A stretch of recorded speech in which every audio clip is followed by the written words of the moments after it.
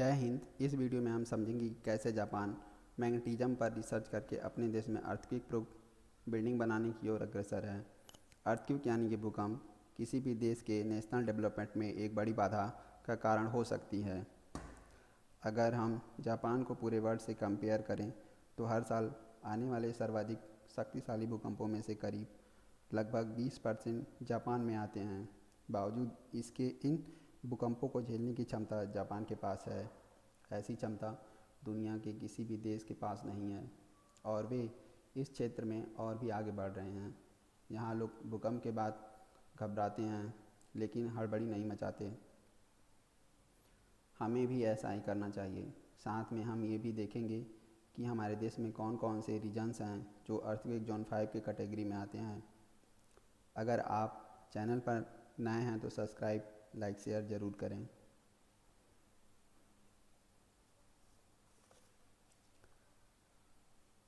Japan का जो प्राकृतिक लोकेशन है वो ऐसे एरिया में है जहाँ बहुत से कॉन्टिनेंटल और ओशनिक प्लेट्स आकर मिलते हैं, जिनके कारण यहाँ पर बार बार भूकंप आ जाते हैं।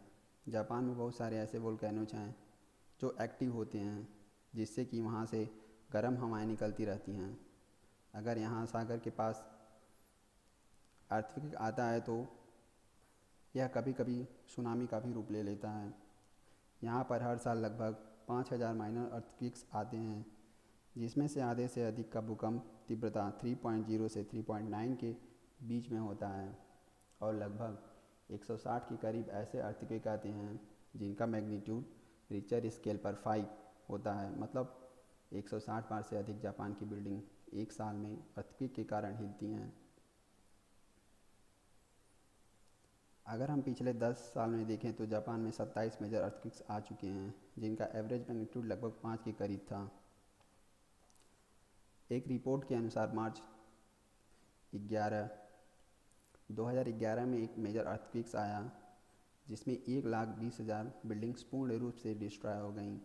2.5 लाख से भी ज़्यादा बिल्डिंग्स आधे से अधिक डैमेज हुई और इससे जापान को $199 बिलियन का डायरेक्ट फाइनेंशियल लॉस हुआ। जब यहाँ मेजर अर्थक्वेक्स आता है तो कुछ इस तरह के हालात हो जाते हैं। बिल्डिंग्स की और सड़कों की देखिए यहाँ किस तरह से सड़क उखड़ गई है, लेकिन छोटे बच्चे भी आराम से आ जा रहे हैं। यह जापान के लोगों के सहन शक्ति को दर्शाता है। यहाँ डिजास्टर से रेस्क्यू करने के लिए बनाई गई टीम का नाम Japan self defence force JSDF है, जो कि बड़ा ही क्रिटिकल रोल निभाती है डिजास्टर के समय। यहाँ एक ही हावर्स के अंदर इस टीम द्वारा relief and rescue operation start कर दिए जाते हैं।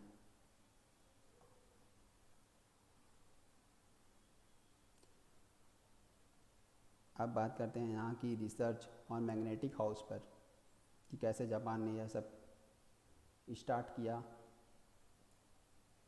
रिक्केन जापान की प्रतिष्ठित रिसर्च इंस्टीट्यूट है। यहाँ बड़े स्केल पर science and technology including fields of physics, chemistry, medical science, biology and engineering के सब्जेक्ट्स पर ह्यूमन एडवांटेजियस रिसर्च होते रहते हैं। ऐसे ही एक रिसर्च ऑर्गेनाइजेशन द्वारा मैग्नेटिक हाउस का कॉन्सेप्ट दिया गया है। आप इस फिगर में देख सकते हैं कि बनने के बाद कुछ ऐसी दिखेगी।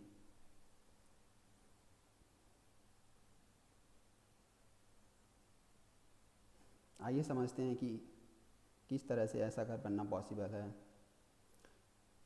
एक मैग्नेट छोटे छोटे नॉर्थ पोल और साउथ पोल से पार्टिकल से मिलकर बना होता है और कहीं नॉर्थ पोल और साउथ पोल पास में होते हैं तो वहाँ अट्रैक्शन होता है और साउथ पोल होते हैं तो रिपल्सन होता है। मतलब सेम पोल हो तो रिपल्सन एंड अपोजिट हो तो अट्रैक्शन। इसी बेस पर इसकी जो डिजाइनिंग होती है उसमें ग्राउंड पर साउथ पोल्स के फाउंडेशन और बिल्डिंग्स के बेस पर भी साउथ पोल्स के मैग्नेट होते हैं।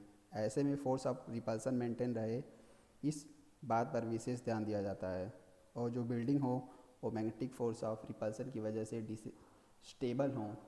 कुछ इस प्रकार से अर्थक्वेक प्रूफ हाउस पर रिसर्च हो रहा है, जो कि बनने के बाद कुछ इस प्रकार से दिखेगा।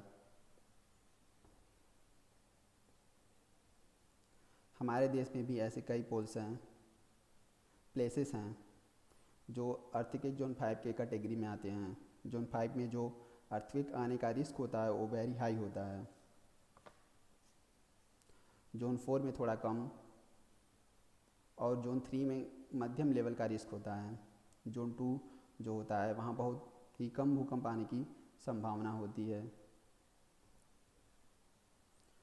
सेस्मिक जोन 5 के कैटेगरी में आने वाले प्लेसेस कुछ इस प्रकार से हैं। हमारा पूरा उत्तर भारत, जम्मू और कश्मीर के कुछ पार्ट्स और लद्दाख, हिमाचल प्रदेश, उत्तराखंड, रन ऑफ कुछ इन गुजरात, नॉर्थ बिहार, अंडमान एंड निकोबार के भी कुछ पार्ट्स अर्थक्वेक जोन 5 के कैटेगरी में आते हैं। अगर हम बात करेंगे तो हमारे देश में आए एक मैसिव अर्थक्वेक में से एक भुज अर्थक्वेक की है। अर्थक्वेक जनवरी 26, 2001 में इंडिया और पाकिस्तान के बॉर्डर के करीब गुजरात में आया था। इसका रिक्टर स्केल पर मैग्नीट्यूड 7.7 का था, जिसमें 20,000 से अधिक लोग मारे गए और 1.5 लाख से अधिक लोग इंजर्ड हो गए थे। इसमें 1 मिलियन से भी अधिक बिल्डिंग्स डैमेज हो गई थी। अगर किसी देश में मैसिव अर्थक्वेक आता है तो उस देश का बड़े लेवल पर इकोनॉमिक और फाइनेंशियल लॉस होता है। आइए समझते हैं कि अगर कभी भी अचानक से अर्थक्वेक आ जाए तो हमें क्या करना चाहिए। फर्स्ट, सबसे इम्पॉर्टेंट, अगर हम कोई काम कर रहे हों और भूकंप आ जाए तो हमें तुरंत ओपन प्लेस में जाना चाहिए। दूसरा सबसे यूजफुल, अगर हमारे आसपास बिल्डिंग्स हैं तो वहाँ से हमें दूर रहना चाहिए। लेकिन कुछ लोग सोचते हैं कि छत पर चले जाएं तो सुरक्षित रहेंगे, जबकि अर्थक्वेक में ऐसा नहीं है। हमें कभी भी बिल्डिंग्स के ऊपर या फिर छत पे या फिर बिल्डिंग्स के अंदर रहने की कोशिश नहीं करना चाहिए अगर हमारे पास बाहर जाने का ऑप्शन है तो। अगर आप किसी थर्ड, फोर्थ, फिफ्थ फ्लोर पे हैं तो भी आपको खुद को किसी डेक, टेबल या बेड से कवर ज़रूर कर लेना चाहिए। अगर आपके बिल्डिंग्स में शीशे का डोर्स या फिर विंडोज लगा है तो उसे दूर ही रहना चाहिए।